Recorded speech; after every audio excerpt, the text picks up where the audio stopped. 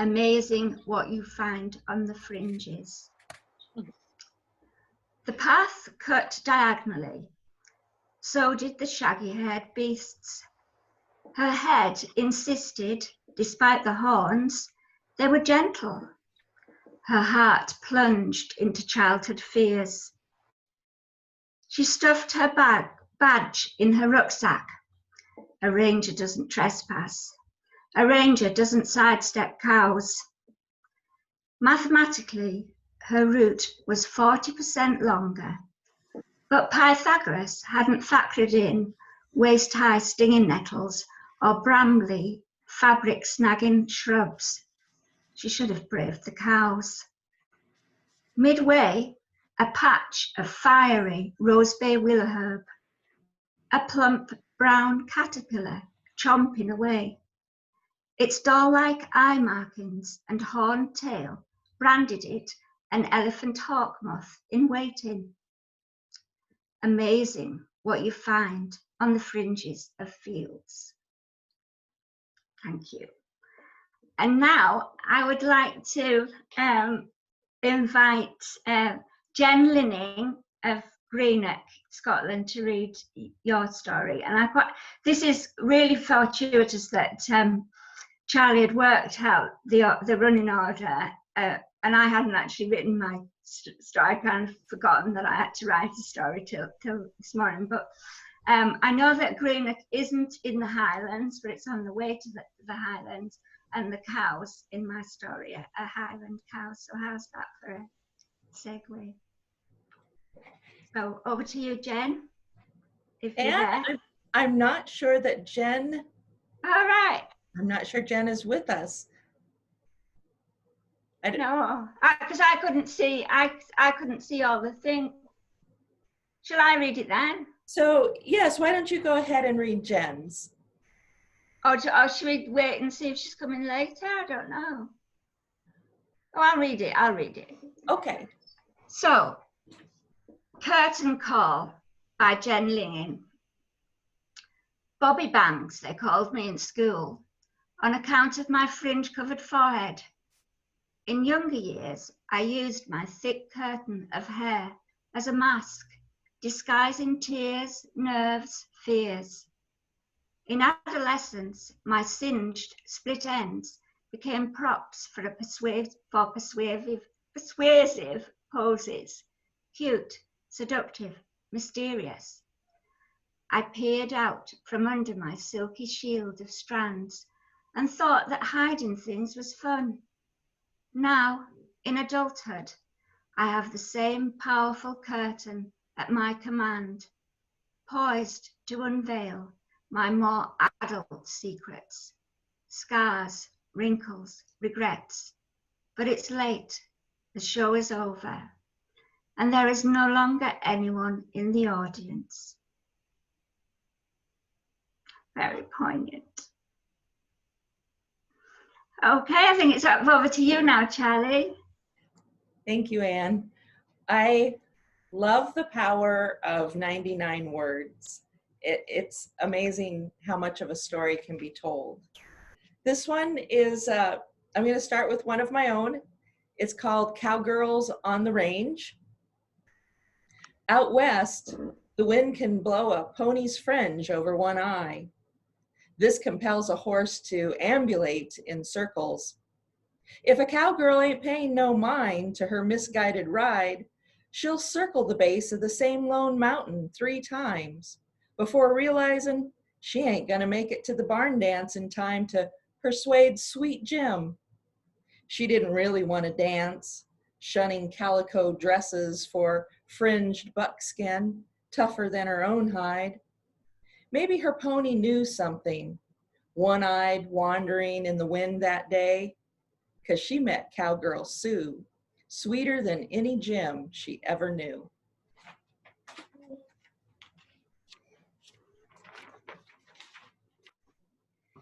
There's a clap button, isn't there, somewhere, but I don't know how you use it. Oh, there, yes, down on the bottom, there's reactions.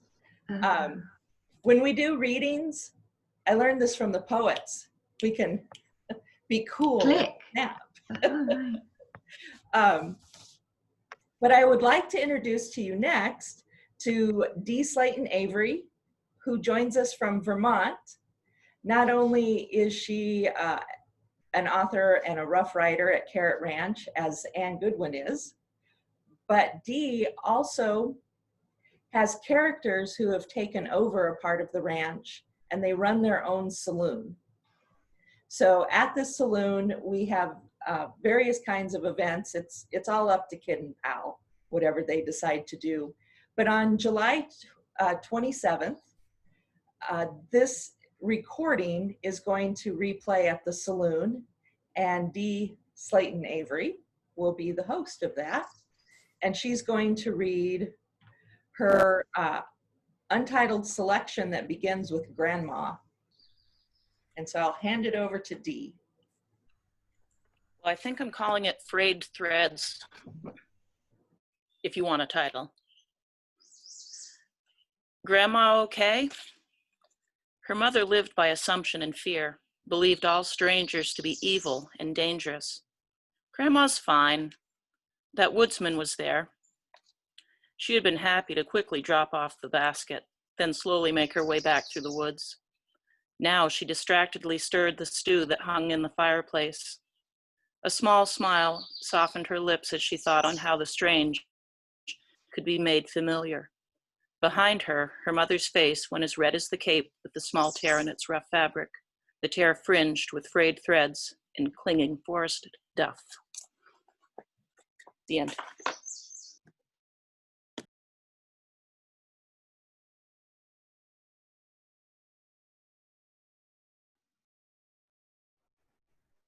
I'm muted. Am I unmuted? No, I'm on. Am I on now? You're unmuted now. Yeah. So I'm Am going I to unmuted? over to you, Anne. Dee, are you outside? Is Dee out? She's in Vermont. Always. Literally outside Always. Vermont. But It's the I best. just like the sound effects of the birds. Yeah, right. I'm going to read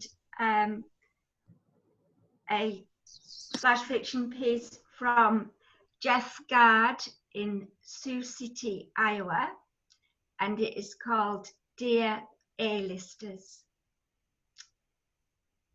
At school, we are bench warmers, the second stringers on your teams, the third chairs in your orchestras. We sit on the fringes of your classrooms. We move the scenery for your dramatic masterpieces. At night, we slip through the chain link fence and explore the abandoned Green Haven Asylum.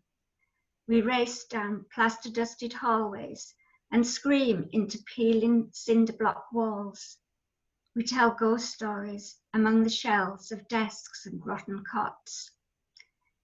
In this Atlas Obscura, we discover broken stethoscopes, a one-eyed teddy bear, and lodged between cracked tiles, a mercury dime. Shadows are our kingdoms. Oh,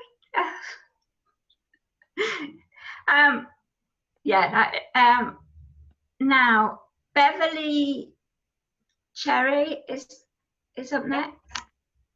Yeah. Great. Oh, you're here. Great.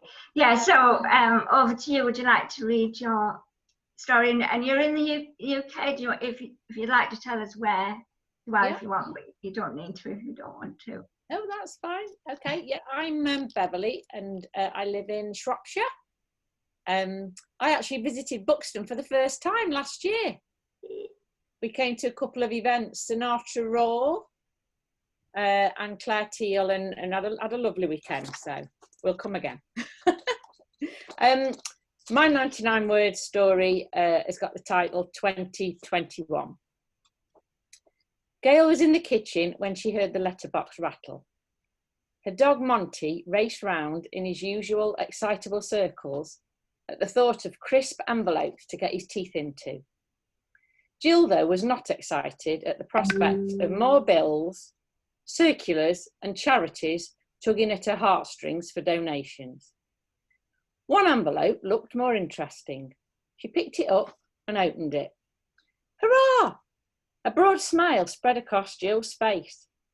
Last year's online version was okay, but at last, tickets for her first post-pandemic real-life event had arrived for the Buxton Fringe Festival.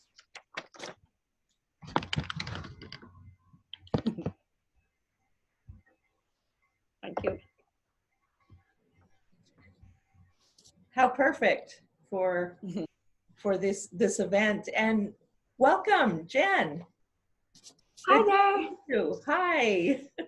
Hi. Sorry, I was having some internet problems, so I was stuck in the waiting room for a minute there. Oh, well, I hope you weren't waiting there too long and that I didn't see you. Sorry. Don't worry, it's all right. Thanks for coming in. No, it's okay. So I'm going to read a story by Eliza Mimsky, and she's from San Francisco, California. So it's called Healthy. Jason W. Overbeck resided on the fringe of his feelings, on the outskirts of town from his high and low emotions. He experienced life in the static middle, and that's the way he wanted to keep it.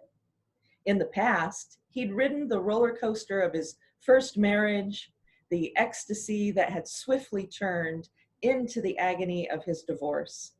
Since then, he'd taken the straight and narrow road, arriving at the fringe that offered him solace. The fringe didn't have valleys.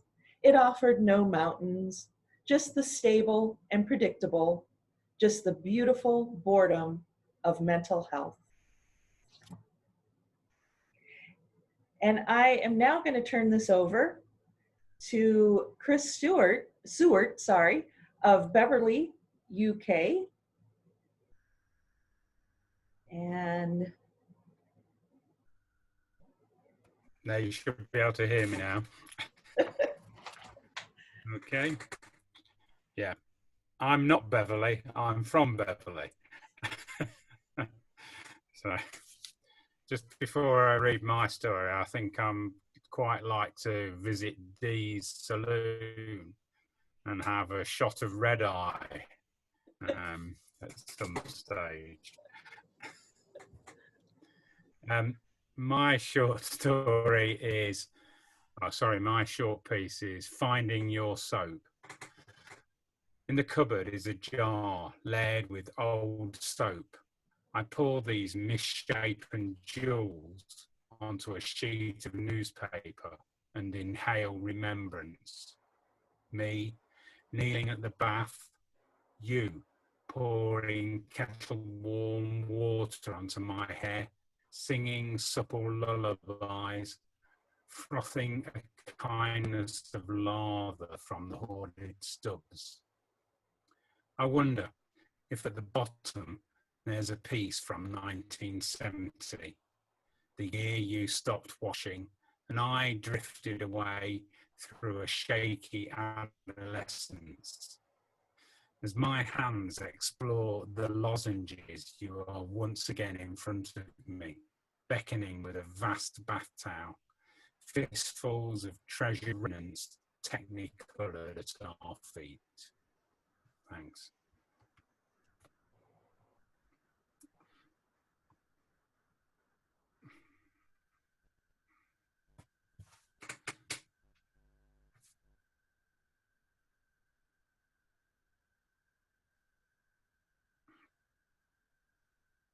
Right. Yeah, it's thank you. It's on to me now. And I think, Jules, are you here? She was. Yes, yes, I am. Did you Do you want to read? I don't have it in front of me, so someone else will have to read. Okay. I'll read it. Okay. And we're going to read it for you. Yeah. Thank you. I just wondered for Jen, because you scheduled, we'd put you right at the beginning and we weren't sure if you were coming. So I read your story. But I wonder if would you like to read it again? All right. Oh, would you like the opportunity to read it? Yeah, if you don't mind, if that's okay. Yeah. Yeah, I'm sure we can. Yeah, we'd love it. We'd like to. It'll be. You'll read it a lot better than I did. It's your story. I don't know about that. Are you wanting to read Jules's first? No, if you'd like to go. Will I If you're go? ready. All right. Okay. So mine is called Curtain Call. All right. Bobby Bangs, they called me in school on account of my fringe-covered forehead. In younger years, I used my thick curtain of hair as a mask, disguising tears, nerves, fears. In adolescence, my singed split ends became props for persuasive poses, cute, seductive, mysterious. I peered out from under my silky shield of strands and thought that hiding things was fun. Now in adulthood, I have the same powerful curtain at my command, poised to unveil my more adult secrets, scars, wrinkles, regrets. But it's late, the show is over, and there is no longer anyone in the audience. Thank you.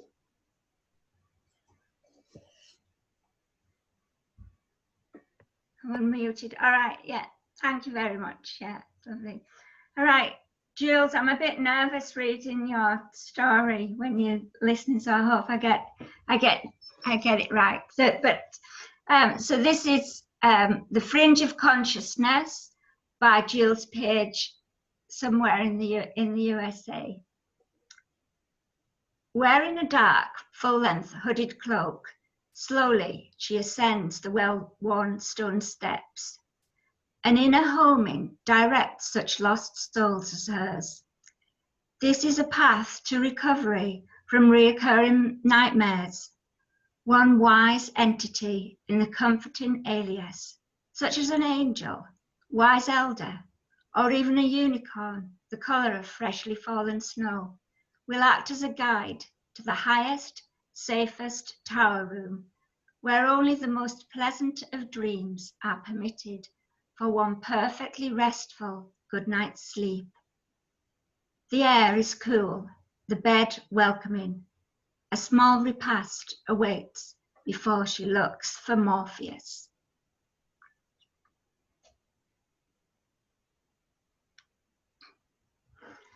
Okay, and now I'm going to hand over to Stephen Walker, who is not Jane, from Buxton, UK, and is actually the person, well, along with your team, responsible for putting this wonderful virtual fringe together, because you are the chair. Yes, yeah, I am for my sins, yes. So, yeah, and thanks for organising this event. It's fantastic. It was interesting doing it with the fringe being mainly online this year. It's fantastic to see the reach it's got, you know, and people appearing from all over the world. It's brilliant. Okay, all right. So I was reviewing this for the Fringe Committee, and I sat there and I turned to my partner and said, "John, I think I'm going to have to write a short story to do this properly." And as is usual, she was having a conversation with her daughter at the same time, and just literally seconds later, her daughter said, "My fringe was wet for personal reasons." And I thought, I have my title at least. So my story is called "My Fringe Was Wet for Personal Reasons." Panicked by a doorbell too early, she grinning expectantly, I scundered. "I got away early, I can go. You coming?" Heart stopped in the doorway, rumblings off stage, gravitational pull of obedience, a constrained orbit prescribed by rules, the festival adventure unbroached, the negative response anticipated, inevitable and accepted. But the hair was my defiance. Microwave beeped an early warning, crockery clattered in imminent danger, news headlines trumpeted an intolerable risk, a tipping point on the doorstep. "Your dinner's on the..." Someone's lost behind the closing door. We ran. "What's up with your hair? It's mental. I love it." The end. Thank you. I didn't realize we had the chair with us, and I'm so glad that you wrote too. Thank you. This is wonderful to get this opportunity to hear so many different accents and I'll tell you a secret. Anne will probably recognize my accent isn't exactly pure Buxtonian. To these American ears, it's magic. So, Well, I'm from Ireland originally, so even further afield. well, closer to my heart. That's where my people originally come from. I don't know what happened to our lovely lilt. It went away. So this is called A Fringe on the Fringe and is by Sam Curt in the USA. Mariola sat alone with her back against the wall, her arms embracing her legs and her chin resting on her knees. Through her slightly too long raven black fringe, she watched other kids nearby. They were laughing and playing in the distance, but would whisper and rush off when in her vicinity. She told her mother that moving to a new school in the middle of the academic year was a bad idea, but adults always know best. Easy for her to say, Mariola snorted, sighed, and rolled her eyes. It wasn't Mother who sat all alone at recess. Who cares? So I'm going to ask Dee Slayton Avery to come back and read a second story of hers, so we get to listen to birdsong in Vermont again.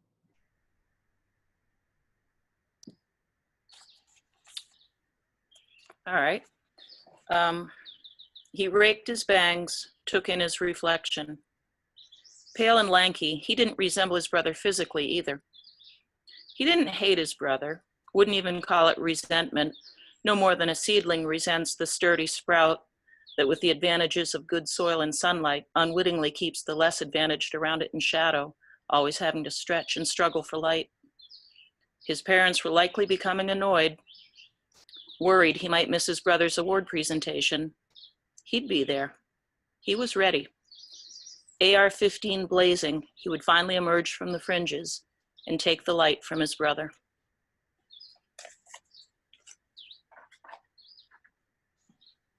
It's an American thing, AR-15s.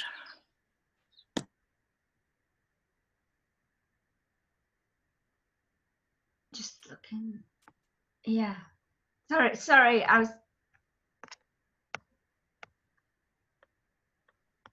It's me to read. I'm reading a story now by Deborah Dansante from Louisiana, and it is called Cafe Texan.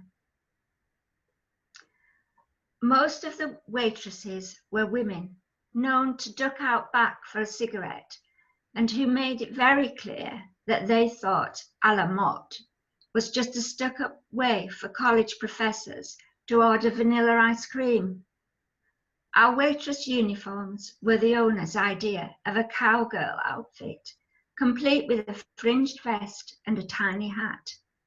I enjoyed serving the retired Texas Rangers who gathered each day for lunch. I asked Hoppy once if he didn't tire of eating Cook's vegetable soup every day.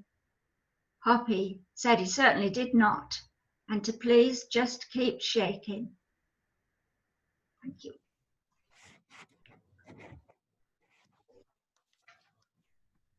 Thank you, Anne. I'm going to now read Deborah Dansante from Louisiana with a second story. The building Sadie Bastiste opened her diner. It was an old paperboard house on the fringe of town. The building itself was once a juke joint, but that was before Prohibition. The walls inside the building were covered with old newspaper clippings, and the ceiling was almost hidden with stapled up half-dollar bills, old photographs, and business cards. Each table bore a piece of duct tape with a number written on it. I ordered the lunch special. When I realized there were only 6 tables and 9 numbers, I decided whatever meal I was served, I would not complain.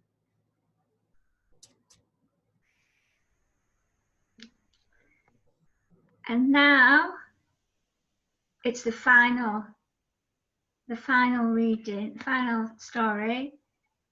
I'm honoured to read Fringe by Joanne Fisher from Christchurch, New Zealand, who's probably fast asleep at the time just now. Otherwise, of course, she would have been here to read it. So, what do you do for a living? I'm a particle physicist. I work at CERN with particle accelerators like the Large Hadron Collider. Wow, that's really fringe stuff. I don't think so. We're trying to understand what matter is made up of and how the universe began. Important things for our knowledge of physics. But we already know how all that started. You do? Yes, of course. The flying spaghetti monster created the universe as we know it in his noodly magnificence. I'm not really a believer in things like that. That's okay.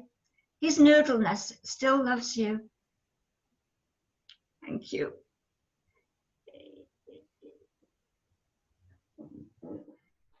So that was a fun one to wrap it up on. So we have a few questions of those who have joined us today, and just wanted to know, now that you got to hear, the stories that we selected, if your reflections on the prompt are different after having heard other stories.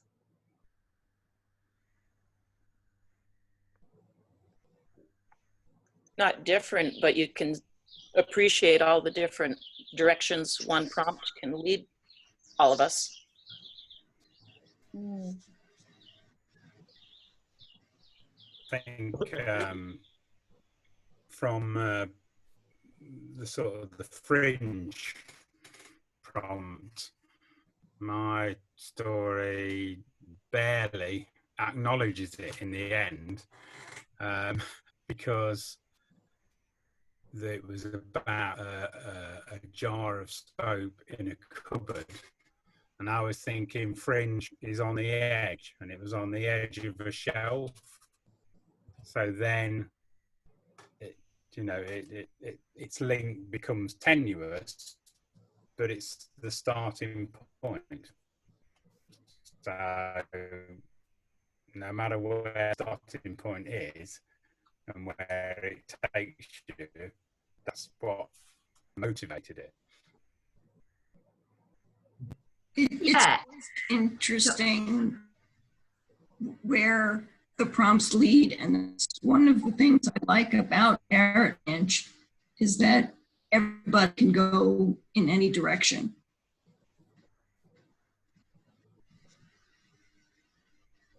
And I was going to say that sometimes we'll kind of stay, like, it's not only sort of like we're going different directions, and we'll also go different distances as well. Like you were saying, Chris, that you used it as a launching pad. That's something that took you quite a long way from what you thought of originally as fringe. But we kind of, we're all sort of using it to, I guess, to just sort of spark creativity and stay around one area or go far and wide and international as we have. So do you think you feel part of something bigger than your own story? Kind of like when these stories from the fringe, of the fringe, wherever the fringe led, come together, does it make you feel more part of a collaborative effort? Yeah, definitely. I think I feel like I'd like to read them myself. Is there anywhere we could read them? Yeah, I will send them out. Yes. I'll email them to each of you. And the other thing too, I can post them up on Carrot Ranch under the where you found the submission. I'll go back to that page And I'll put the stories there as well, so you can go and read them. I'll link it through the saloon. Yeah, that good, Dee. That'd be lovely, thank you. Yeah, it'd be really good. So how do you feel about reading your writing? Do you like to do that or not like to do that? I think it's easier to do it on Zoom than in person. For me. I feel way out of my comfort zone doing this. I haven't written a story since I left school, I don't think. So I felt well out of my comfort zone doing that. That really surprises me, Stephen, that you haven't written because it was very fluent. Well, and thank you. I really liked it, but I think that's again one of the joys of this genre, is that really anybody can do it. And maybe, I don't know, if maybe you wouldn't have joined in if you weren't the kind of part of the Fringe. And well, I probably would. You had to, you had to support it. But it is, I think it's quite amazing kind of where it can take us. I think it's really interesting. Say it again, though. Sorry.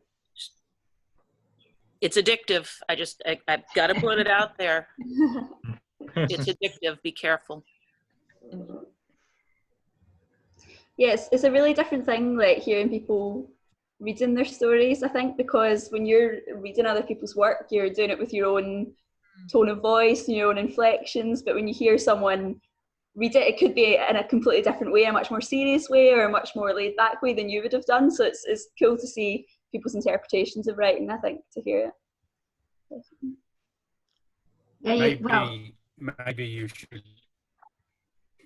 should do something where you write one story, one of us writes one story, but then 10 people will read it to see the different interpretation and the different act and the different mode of it that comes across.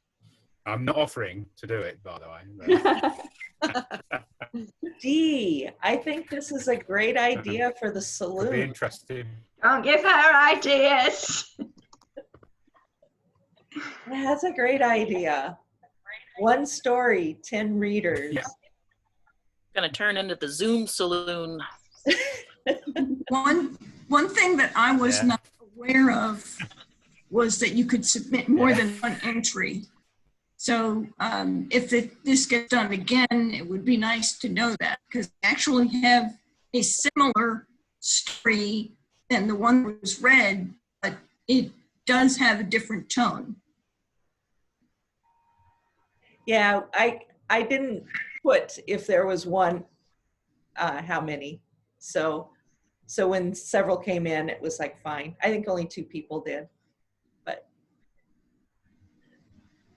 People that just run roughshod over you all the time, right?